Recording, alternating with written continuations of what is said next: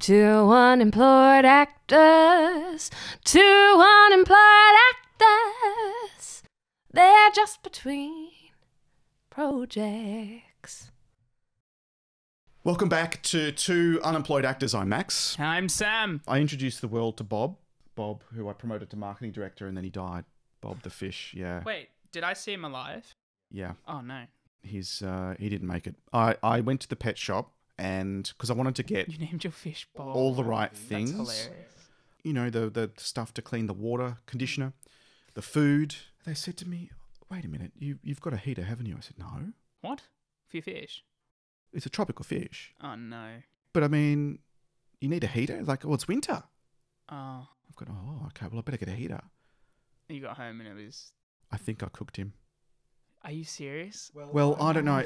I bought a thermostat as well because they just played on this whole guilty dad moment, and I'm like, oh my god, I'm depriving him of all his potential and his happy existence because I didn't treat the water properly and it's not warm. So I came home with a heater or a thermostat. I don't know, easy target in a pet store. Yeah, a couple of days later, he was sort of swimming a bit slowly, and then poor Bob. Cooked him.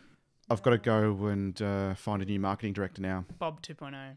He was great. Like we had many moments when I was doing voiceovers. I'd sort of project my voice to Bob. I mean, otherwise I'm just talking to the funny lines on the software. And what sort of fish was it? A live one. One of those tropical fish. You know the betta fishes? BETTA. Not like better than the fish. other ones. Well, I think they were. Yeah, but, yeah, so and you can get them in comes with a little light. It's got little plants in there. Plants doing well. Bob not so good. So I've got to go back to the pet store and get a new marketing director. Okay. It's on my list of things to do. And have a moment of silence for Bob. Poor Bob. Maybe, I can't believe I killed him. It's supposed to be pretty hard to kill. How long did you have him for? Do you say it's hard to kill? I don't know. I think tropical fish are a bit more, I was going to say temperamental, but I don't know. The attitude seemed fine. A bit more, it's a bit more harder to look after because, you know, you've got to treat the water a bit more or something. I don't know. I probably should find out, though, before I expose Bob 2.0 to the same fate. Yeah. Because then I'll be a serial killer. How hot was the water? Did you boil it? 21 degrees. I think it's supposed to sit at 24. Oh. It got to, according to the thermostat that was $1.50, it was 19 degrees or something. I don't know. It was probably inaccurate. And it was a little tiny $20 heater. I don't know. Just get like a miniature human heater. Maybe he was sick. They sold me a sick one. What am I supposed to do? Look for a heartbeat? I don't know. Take his temperature? You know, like, have you ever... You obviously have, probably. I don't know. Here we go. I'm going to ask you. But What I do? like microphones Lapel under the knife? shirt, like for filming stuff. Have you ever worn the belt? You know, the weird Velcro belt? No.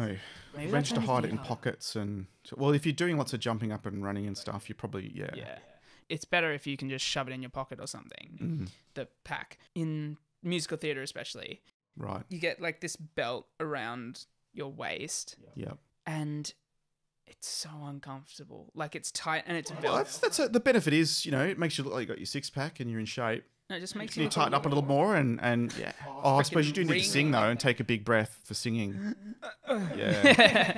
You probably don't want to pass out at that point. Yeah, exactly. Hit half the note, But half the the time. Velcro sometimes like overlaps and then scratches and rubs on your back. Oh, it's so bad. It's so bad. I was talking to are such a drama queen. You're up on stage. what- you've got the what do you part. expect? You're in a musical. It's probably you and someone else, and then I- you're worried about the Velcro. I mean, seriously. I'm not coming out of my trailer. Well, I'll know not to call So you if I need if I'm cold or anything. I'll give you a pep talk. Yeah, call me. Oh, the Velcro's rubbing again. Okay, I know what to say. I can't repeat it on the podcast. Though. It's just a series of beeps. Have you ever had a moment where it cuts out, like where there's a tech failure or something, and you? Yeah. What, on our podcast? Fortunately, I get final edit on our podcast, so I could get rid of all Max's mistakes and just leverage yours. No, have you had a moment where you're singing and the mic's like, God, I suppose the show has to go on. Yeah. You're just Yeah, hoping someone That plugs happens it all back the in. time. They're really delicate and stuff. You are as a person, or Both the mics and me. Yes. No. When it's so delicate that when it cuts out and I'm so delicate, I start bawling. No, it sometimes cuts out and then, you know, audience can obviously tell, but you just got to project more and Yeah. hope Yeah. that someone turns that back on, or when you go off, someone tries to fix it, or you swap it out. Or actually, that reminds me, I was in Grease in year 10, the musical Grease. Yeah, Uh-huh. it was good fun. I started singing. I sung verse 2 before I sung verse 1 of my song. Just to mix it up. Yeah, I just wanted a bit of excitement, you know. It's the remix. I want to add my Sam take to things, you know. God, it was so bad because I was like, halfway through. But you're committed. You have to keep going. Yeah, I like kind of turned around and was like pretending to dance. I was like trying to get the lyrics in my head. It was so awkward. At that point, I wished I didn't have a mic at all. Do you think many people would have noticed? I mean, obviously the cast, Everyone noticed. and the crew, and probably anyone who knows a Grease song. So basically, everyone noticed. Yeah. Okay. I had an audition yesterday. It was for a Hungry Jack's kind of commercial, but also to be the ambassador of Hungry Jack's as well. Hungry Jack's ambassador. Yeah. I don't know if I can say too much, but I had to kind of do a mock interview Right. with the celebrity because that's what I'll be doing if I get the part, kind of creating content and then being part of the commercial and all that. But it was so weird. Really? It was so weird. It was so awkward because Just you in a room with the chair talking to an invisible person. so there were like 2 casting agents and then casting directors and then an actor playing the person The I'm celebrity. interviewing, and we were just bouncing off each other, kind of like this. Okay. But Oh, well, you've been practicing. like, This is- exactly. This I have is practice. chemistry It'd be with you. be Like, easy for you. yeah. Well, I didn't know this woman, and like it was. Yeah, really weird. Some people are really good at improvising, and sure, Yeah. I mean, every actor has some sort of level of improvisation skills. Yeah. But yeah, I'm so much better with the script. Like script, dialogue, stage directions. Tell me where Yeah. to be. Tell me You where like to to know stand. everything that's going on. Yeah, And, if it and then makes you feel I'll comfortable. build the character. Yeah. Yeah. But just tell me where to go and what to say. Well, you know, because I'm the same. I can feel more comfortable when you know as much as you can about what's going on and what you're about to walk into, and Yep. and which can, the flip side is it can make some auditions a bit more nerve wracking in that because you don't know so much. You're walking in, you don't know what the hell's going to happen.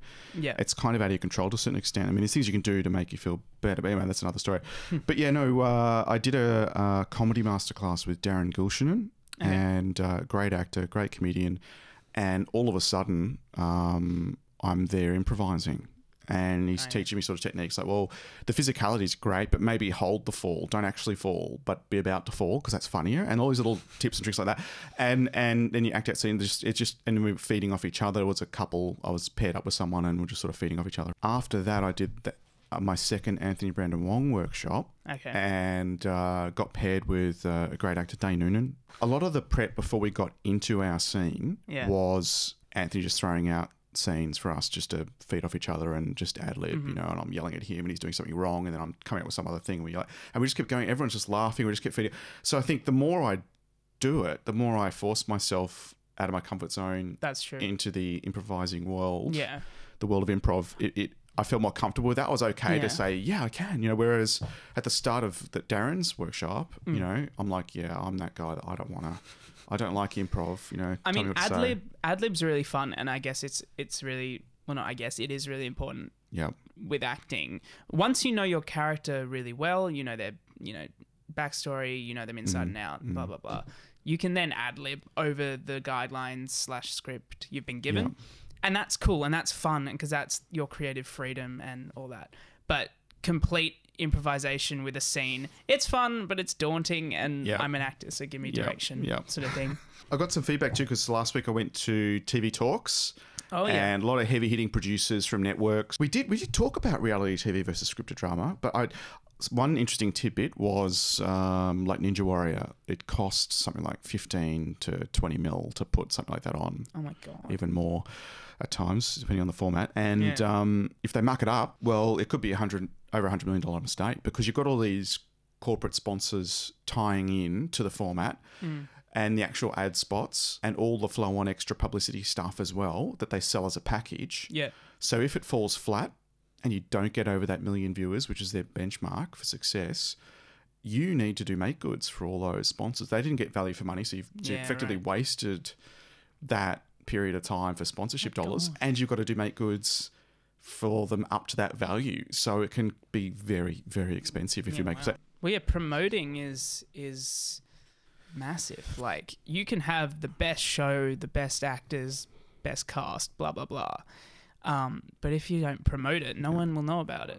But talking about promoting, that play I saw puffs that it took us a half an hour to, or it took me half an hour to get across. I just don't understand the puffness. Yeah, it's okay. Anyway, that play, it just wasn't promoted properly. Right. Advertised, it wasn't anything. Jess and I only heard about it through...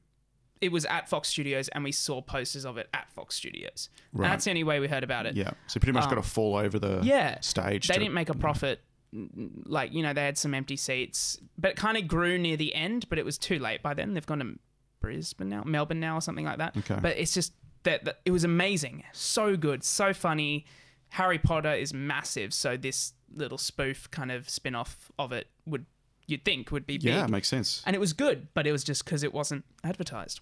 And that's how important that is. That's tough. Maybe they went over budget somewhere and had to cut publicity. It's sort of the last piece of the pie. And if you're over in certain areas, it's sort of too easy to cut. But you're right, it's so important.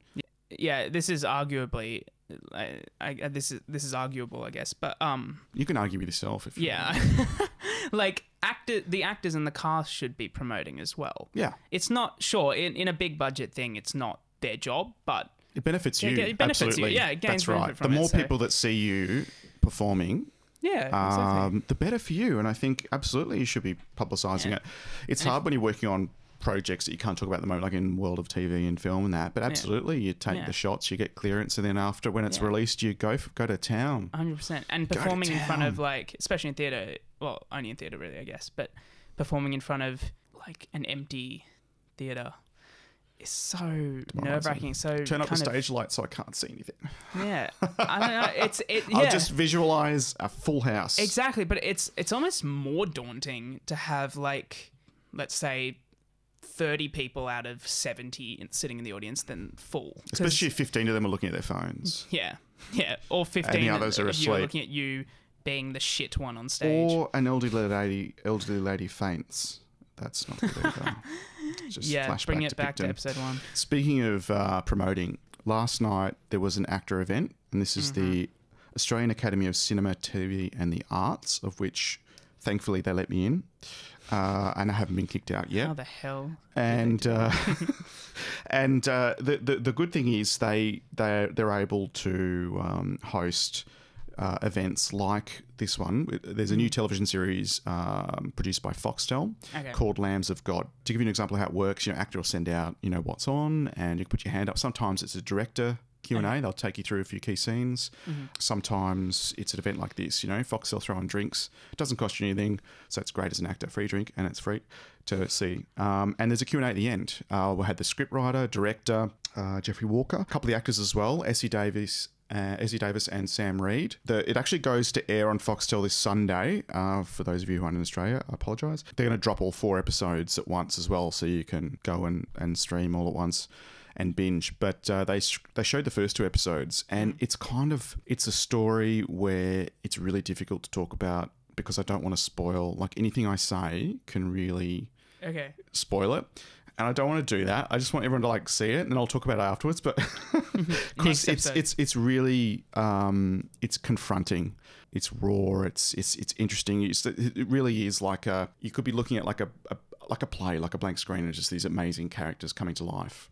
The 3 nuns and the priest, and then there's other characters that are drawn into the story that weren't in the book to help make it even more real. So you can sort of relate to it. Like it's like as Jeffrey was saying last night, it's like you can relate to this small town, but it could be any small town. You can relate to some of the figures in it. It helps you be drawn into the story even more. So it's really interesting. Another key character played by Anne Dowd. For those of you who watch The Handmaid's Tale or The Leftovers, is where I saw her first. Just amazing actress. So that was fantastic to be able to get opportunities like that. I mean, you've just got to get out there. Make sure that you're a part of industry, subscriptions, newsletters. What does it take to be a member of? What do I need to do? Sometimes it's not as hard as you think. All these opportunities are great. Some are better than others for sure, but I find myself always coming away with something that I didn't know. And even just listening to the producers chatting last week in TV Talks. I mean,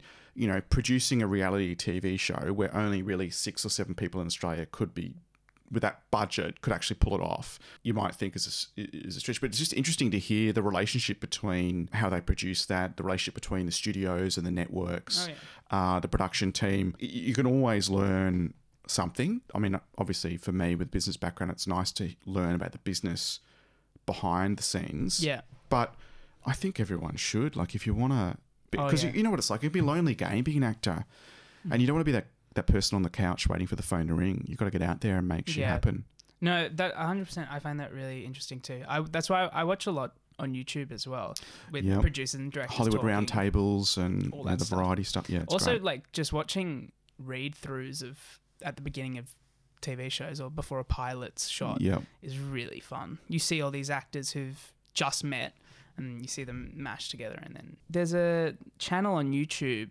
Guy interviews really, famous actors. Questions about, how to succeed in Hollywood or behind the scenes work and how did you start out, and hearing their stories and hearing how everyone started out differently, but there's so many similarities. Different paths to success, but same sort of hurdles. Yeah, exactly. And everyone's journey is slightly different, but also very much connected in a sense, and it's really cool. And the journey, I mean, individual journeys, I mean, the character building, they help make you hopefully better at what you do. 100%. And watching behind the scenes as well of films like Bloopers and do you watch that? Bloopers. Actually, you know what? I never used to. I watched something last week about bloopers that made it into films. Yeah. When actors did something that they didn't even plan to do, but it was good enough to make it into the film. Oh, like ad-lib. Yeah, the most interesting one was The Usual Suspects. Have you seen that movie? No, but I've heard of it. You've got to go. It's fantastic. But there's a start towards the start where you're sort of introduced to the characters as they're doing one of those wall scenes. They're all holding their numbers against the wall, ready to be identified, and they're calling them forward one at a time. Okay.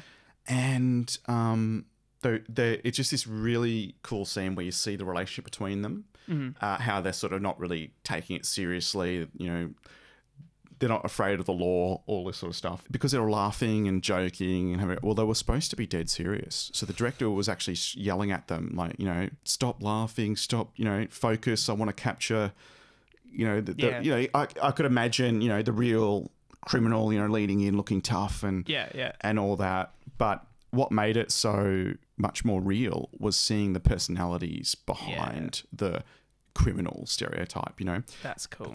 Because they were laughing at each other. But what happened? Benicio del Toro was breaking wind consistently in this room, in this enclosed space, and they were all cacking. They were all laughing so much. So one stepped forward and they had to say this line. He'd try and say it, and he'd start laughing. They'd all start laughing. You'd see Kevin Spacey laugh.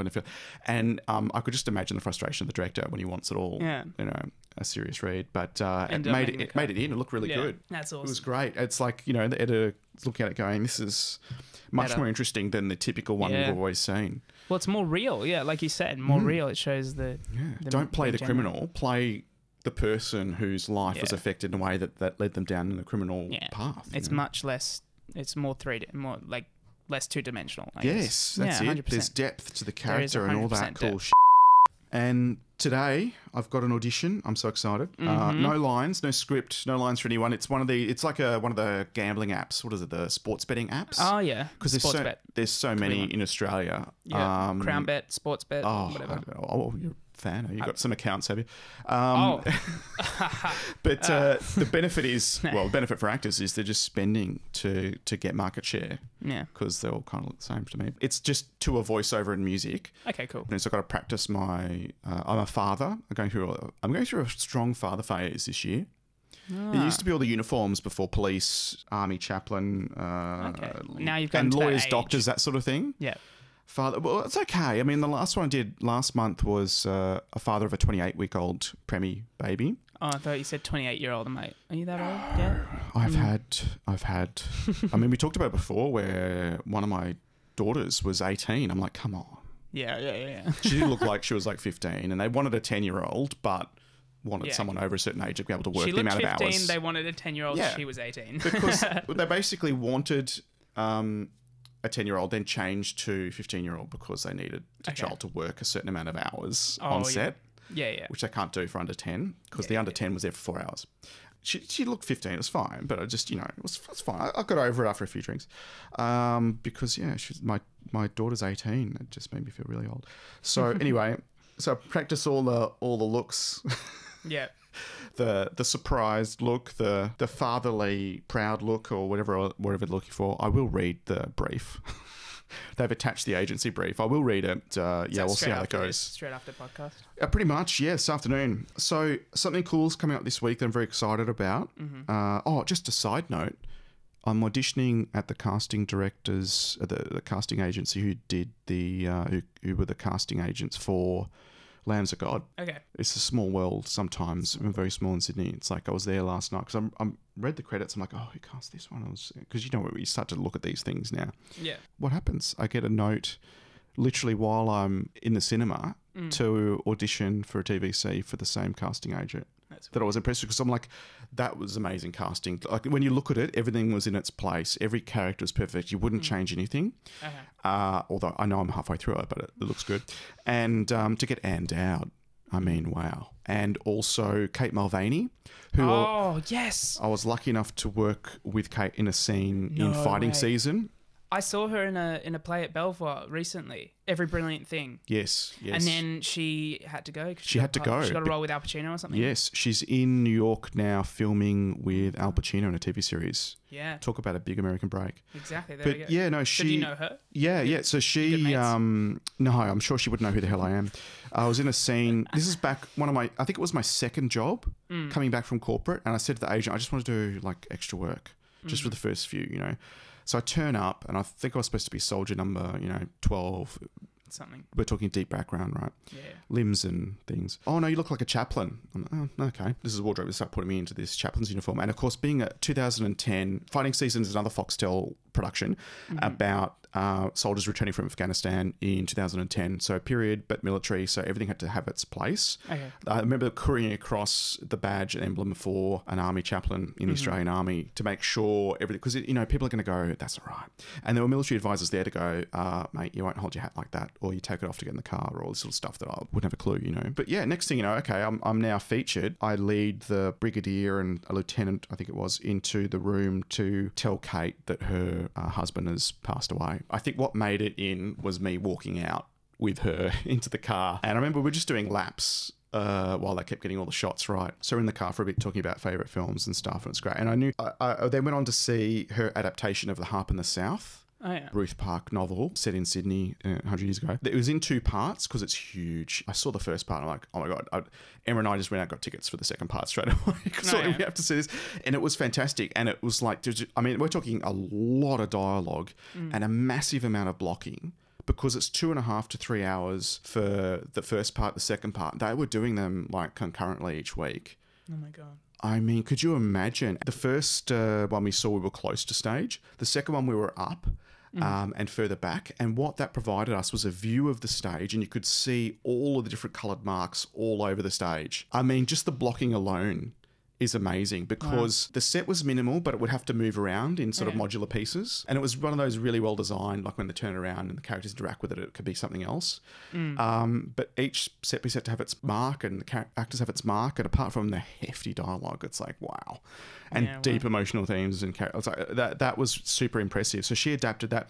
Great playwright and great actress, and absolutely a huge fan of Kate Mulvany. Yeah, she's in it. She's in Lambs of God. Oh, she's great. Yeah. Well, funnily enough, I acted alongside her as well. Did you? Kind of. Really? A little bit. No way. Yeah, I don't know. I didn't know I was going to until I did. When was this? Okay, so have you heard of Every Brilliant Thing? Yes. You heard that? Did you see it? No. Okay, so it was a completely interactive play at Belvoir. Belvoir, as you know, does kind of avant-garde sort of stuff. So the audience was completely around her, surrounded her, and it was interactive. So she gave, at the beginning of the production, she gave different audience members cards, and it's about every brilliant thing. So every brilliant thing about her life. So she made a list of like thousands of things, and every time she'd call out a number, she'd be like, 1, and then the person holding card number 1 would read what's on it. So that would be one part of the interactive stuff. Right. But then she'd get characters down, like pick an audience member to be, because it was kind of like a flashback play into her childhood, and she'd be like, okay, this is her dad now, just an older guy from the audience or something. This was her professor, and he should be describing her professor, like seeing an audience member in the seat and think, oh my God, you're here, and pull him up, and then she got me to play her boyfriend / husband. Okay. I was kind of reoccurring. I got up and danced with her. I had to propose to her. Yeah, it was hilarious. Did she say yes? Did she say yes? She did say. The funny thing is, I went with Jess. Strange. I went with Jess, and she asked.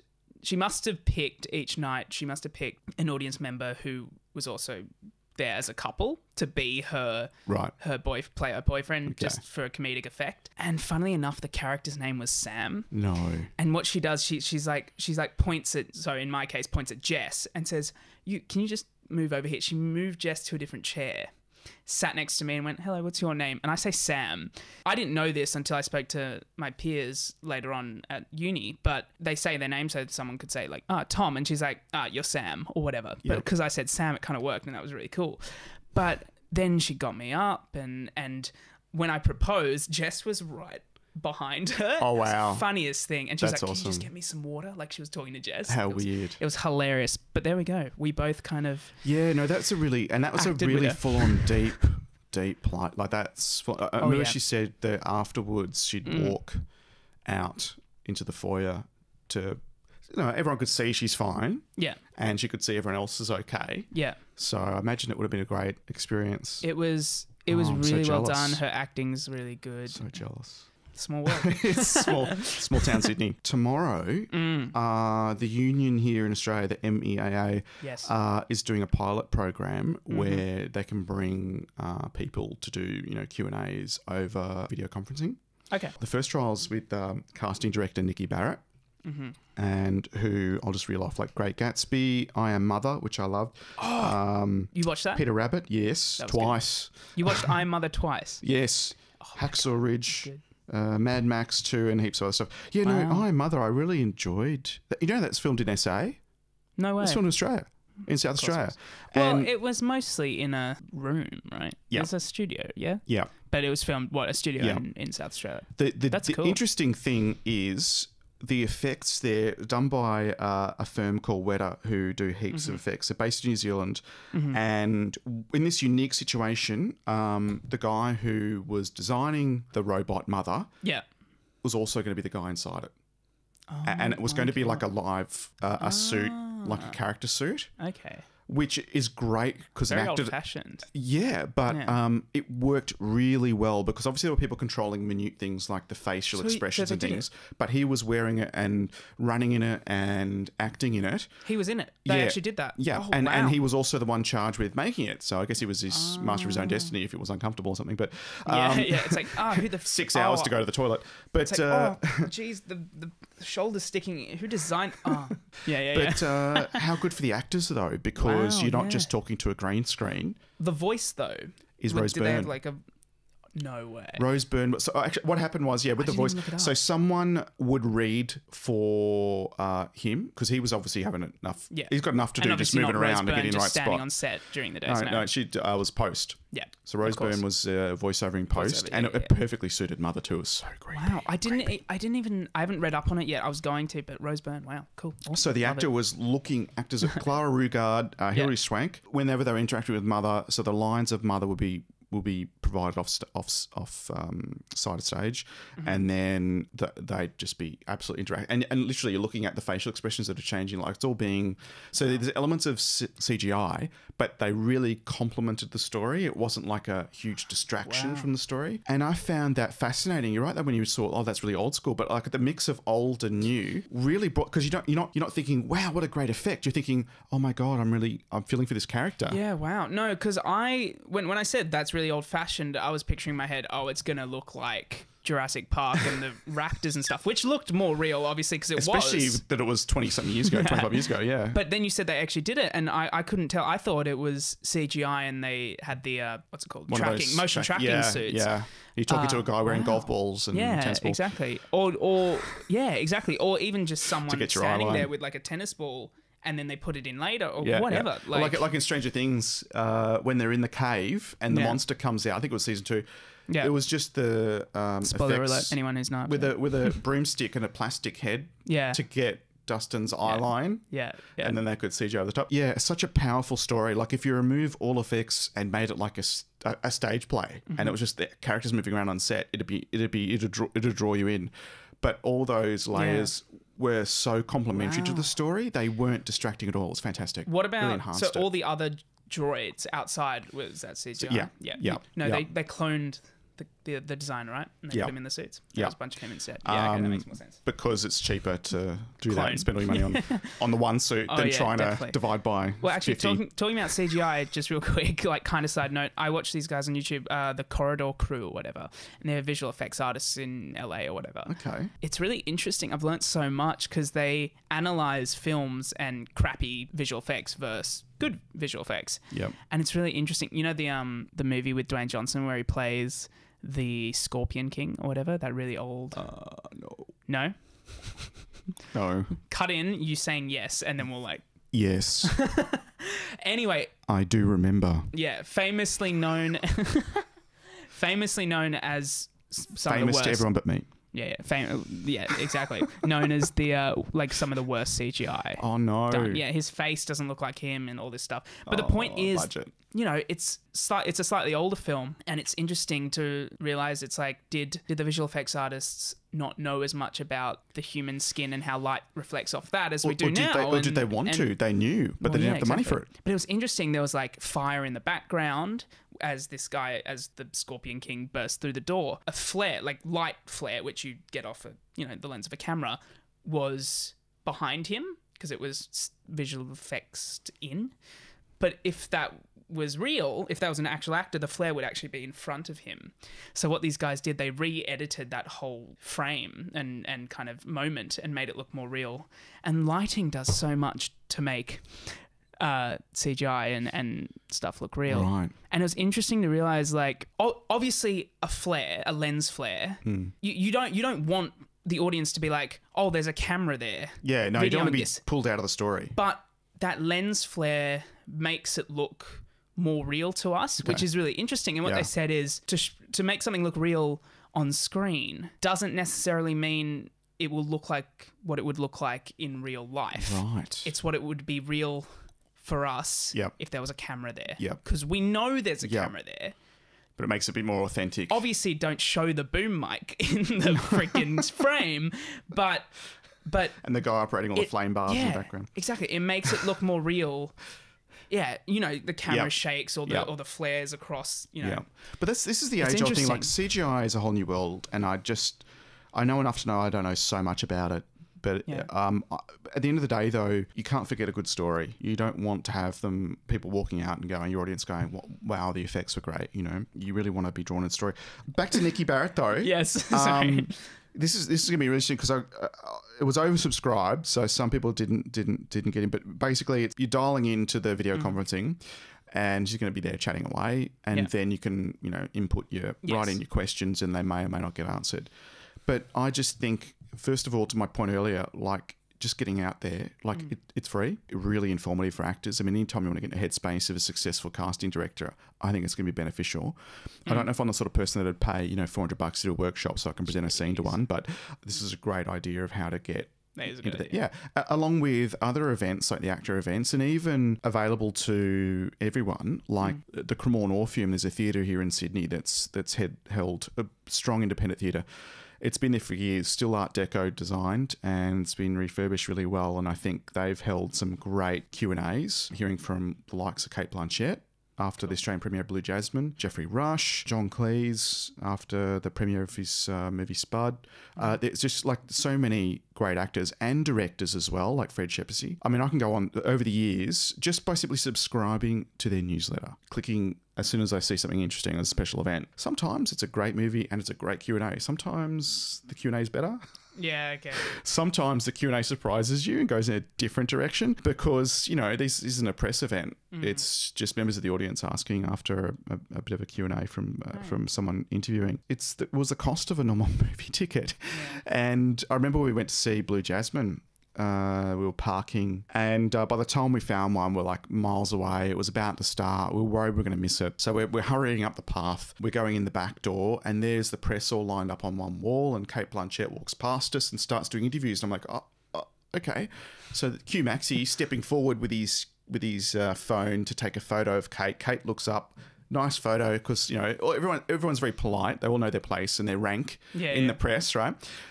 So they're all very static, waiting for her to move down the line, and then this hand just comes through them and takes this awkward sort of my God. Kate Blanchett. And then it kind of, I put my phone in my pocket and I'm just standing there going, oh wow, it's Kate. Oh wow, it's Kate. And I get a little tap on the shoulder from security, like, okay, time to move on now. So I'm like, okay, time to move on. All right. I had a similar thing with Matt Damon once. You know how they have the movie premieres at Hoyt's? Yes. He arrived 2 black Land Rovers. Just he got out at one of them. As you do. There, and I'm like, oh my! It's surreal because they look like them. They're not like CGI'd. Yeah, that's them. That's them, right? Very much the glamorous celebrity. Yeah. The funniest moment, though, was Alan Rickman. Of course, remember him from Die Hard and those amazing movies. He was there to do a Q&A on a movie that he'd directed and starred in. Again, we found ourselves parking. We were literally at the back, and you could see the black SUV, 2 cars in front, pulled to a stop. Yep. The door's open. He steps out. I'm like, oh, my God, that's Alan Rickman. Mm-hmm. The car in front's got no idea what's going on. She's on the horn. Get out of the way. He turns around and just goes... No. What are you doing? What are you doing? I'm pissing myself, right? Jeez. Again, this woman's going ape in the car because who is this SUV just stopping in the middle of the road, Oh, God. And Alan Rickman just giving her heaps in his full, Oh, no. comedic character mode. That's funny. It's just hilarious like that. But just the moral of the story... Get out there. Get off the couch. Support cinema. Support these movies that you really like. Go buy a ticket. Stay connected to special events, especially the free ones as an actor. Yeah. It's a great way to learn from people who are actually 100%. Achieving success in the industry. It's awesome. Well, talking about meeting celebrities, I was at a premiere of Snow White and the Huntsman. Vern Troyer, who plays Mini-Me in Austin Powers and a bunch of other stuff. I'm sitting there in the cinema on the aisle seat. Yep. They're doing some interviews at the front, like Chris Hemsworth's there, Kristen Stewart's there. Vern Troyer comes in on the shoulders of this big dude. He's probably his bodyguard. And he's just on the shoulders of this guy. That's and hilarious. He's walking down, but like big as in like tall, like 6 foot it beats something. Matt Damon coming in a Land Rover. Yeah, 100%. This bodyguard picks him up off his shoulders and plops him down in his cinema seat and then hands him a beer. Way to travel. He's just and I'm just like, everybody needs a bodyguard like that. Yeah, Matt Damon needs one. Maybe in the shoulders of desperately. Yeah, 100%. Because he's not much taller, I believe, than Troy. Well, yeah, talking about agents, real quick. Yeah, go agents. On. Agents are very important, as we know, in this industry. I mean, especially when they're good. Yeah, exactly, and you can't. You can't get too far without an agent. Then again, Bill Murray has apparently never had an agent in his life. Wow. So that's pretty cool. Yeah, because they've got the connections. They help you get through. They do all the hard work for you. Before movies, like he had a great profile on Saturday Night Live and as a comedian and that. And he would have just auditioned for that. Jess had a interview with an agent the other day, which went really well and everything. Is she represented at the moment? No, she's trying to get represented. I was going to say because that would change whether I broadcast this or not. We'll just cut out that question. Jess, your current agent now knows. No, she. Okay. No, I've given her a list and she's trying really hard and she's going to get represented. She's amazing. Great. But she's at the moment trying to find one because that's the hardest part of an actor's career is getting an agent. Yeah. Anyway, went for an an interview with this agent that probably should not be named just because they're not even on the MEAA agents list, which is the union in Australia. This agent wasn't on this list and it felt dodgy for her. Like it felt good, but then they asked her to pay money for photos and she just got new headshots. They're really cool as well. Really good headshots. So shout out to Kate Williams photography. She's amazing. Nice. Yeah. But yeah, they asked her to pay for photos and it's just odd because they then say, cancel within 24 hours for the photo shoot of these new photos, if you don't want to be charged a fee. They offered her, they were like, do you want to come in tomorrow? Which is less than 24 hours. And I'm like, it is a big red flag. It is a big red flag. When people are trying to make money out of an actor rather than from their work. And I know, I think I'll go into, it's an important topic, and I'll go into more depth at a later podcast because I've got plenty of experience having lived on the Gold Coast for 5 years, which has a really big transient population. So everyone's moving through. Yeah. So all the dodgy operators don't even have to leave town. They can stay there and just get fresh meat every year. And there were so many that were so dodgy in so many ways. So I think you bring up a great point, and especially if you're new and you don't know where to start, it can be quite daunting anyway. I think let's spend some time and go into some depth later. Yeah, we'll go into depth about how did we find representation? You've been listening to Max and Sam, 2 unemployed actors. Follow us on social. Check us out on YouTube. Keep subscribing on your favourite platform so that you don't miss an episode. We'll see you next week. See ya. 2 unemployed actors.